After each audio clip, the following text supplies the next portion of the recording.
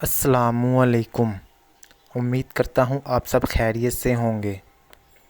आज हम आपको 4 दोस्तों की कहानी सुनाने जा रहे हैं। वीडियो को लास्ट तक देखिएगा, वीडियो को कहीं से भी स्किप मत कीजिएगा।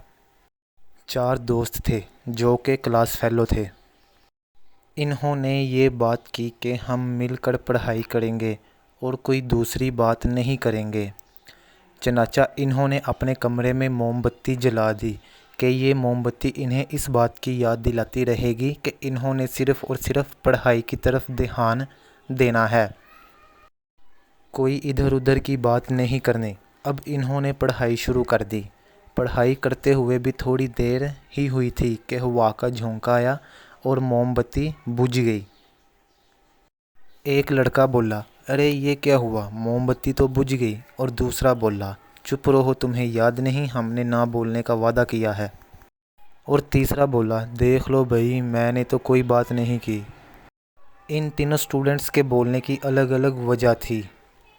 चौथा स्टूडेंट्स कोने में बैठा आराम से पढ़ता रहा। इसने ना ही इनकी तरफ देखा और ना ही इनसे कोई बात की।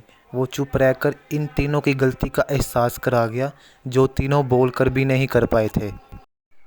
बिला वजह बोलने या गैर ज़रूरी बातों पर बोलने पर हमें अक्सर शर्मिंदा होना पड़ता है।